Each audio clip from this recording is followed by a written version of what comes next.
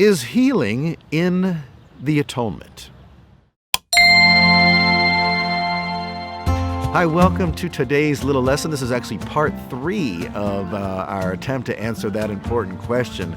Is healing in the atonement? I'm so glad you're still with me because this is a controversial one and we want to be gracious and merciful towards those who would detract. But it's worth our time. And people say, oh, you should not be going into that. That's dangerous. You know, you're going to give people hope. Well, we sure don't want to give anybody who's ill hope that God might want to heal them. Oh, we sure wouldn't want to do that. You know, yeah, because the reason people caution against that is because they say, because then if they die, it'll hurt their faith. You know. Well, how about looking at it from the other way? What if there's promises in the Bible like, bless the Lord, O my soul, and all that is within me. Bless the Lord, O my soul, and let me not forget any of your benefits, who forgives all your iniquities and who heals all your diseases. Now, what if there's a promise in the Bible like that, which you probably figured out that there is?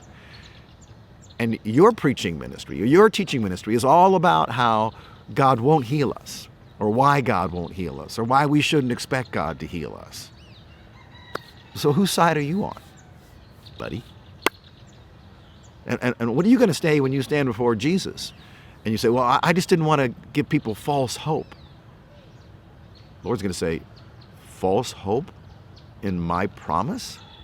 Promises from cover to cover? 1/10 of everything I revealed about Jesus Christ in the 4 Gospels concerns his healing ministry, and you didn't want to fill anybody with hope lest they get disappointed?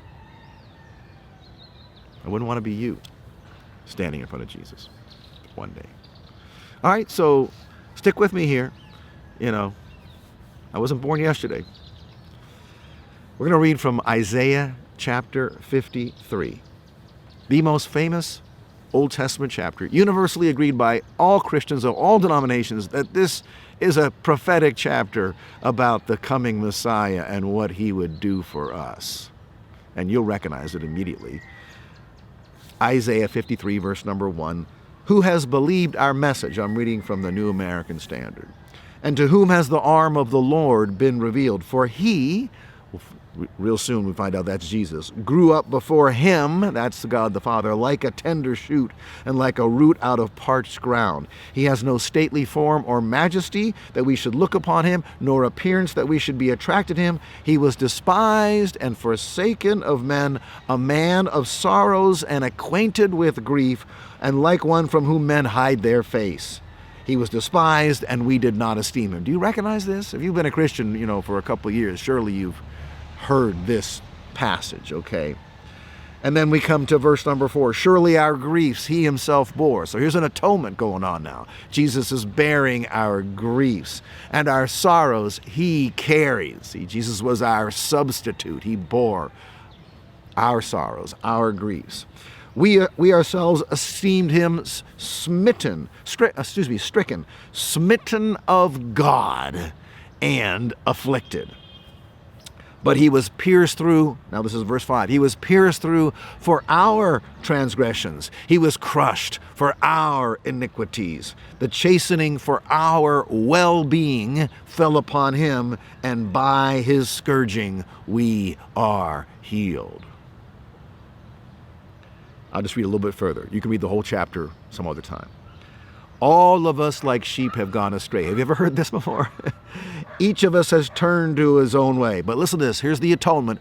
But the Lord has caused the iniquity of us all to fall on him. Your iniquity, my iniquity, it fell on Jesus. That was his atoning death and sacrifice that made every blessing possible that God's extending towards you and me and the whole world. Okay? So we're in agreement. There's nobody who could disagree at this point in time that Isaiah 53 is talking about the ministry, the atoning sacrificial death of Jesus Christ, and much more, of course.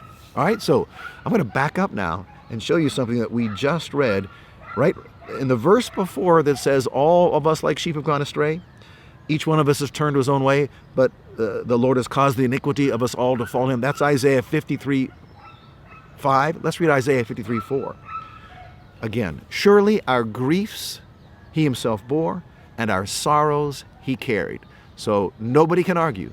Nobody can argue who's a Bible believer, who says they're a professing Christian, that Jesus, just like he bore our iniquities, as we read in verse 5, he also bore our griefs and our sorrows. Right? That's right. Okay, nobody can argue that. But here's where it gets very interesting. Because in the New American Standard, there's a little number 1 by the word griefs there in Isaiah 53:4. And if you go to your margin, it says, and I'm going to do that now with my little Bible program, literally, the word is translated in most other places where it's found in the Hebrew Old Testament as sickness.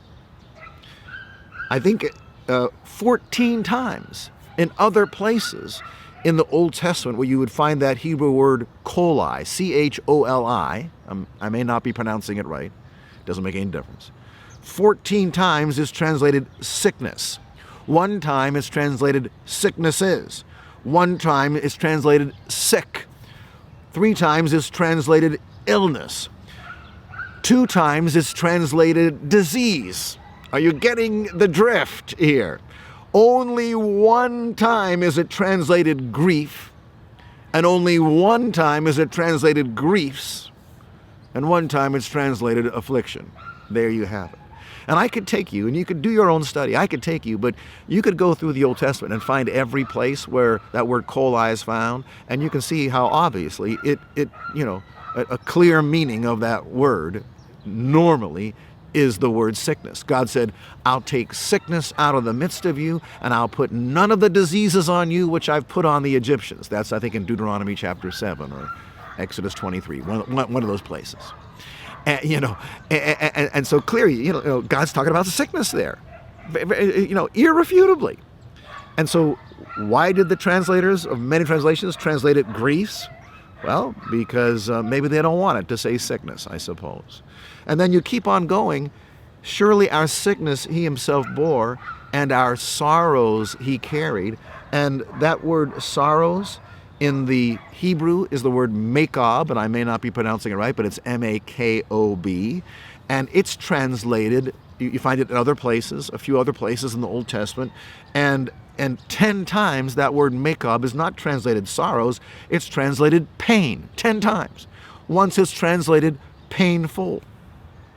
You see, so, an alternate reading of Isaiah 53:4, which we've all agreed it's irrefutable that Jesus bore our griefs and our sorrows. An alternate translation is that Jesus, just like he bore our iniquities, no difference at all in any delineation here by Isaiah, just as he bore iniquities, he also bore our sicknesses and our pains. Okay? So that's something to think about, because that means that there's something in the atonement of Christ that includes sickness and pains. And that's good news for people that have sickness and pain, okay? Now, we're out of time for today's lesson, but if you think this was juicy, wait till the next little lesson. Oh my goodness, I'm going to drop the bomb. Okay, so don't miss it. God bless you.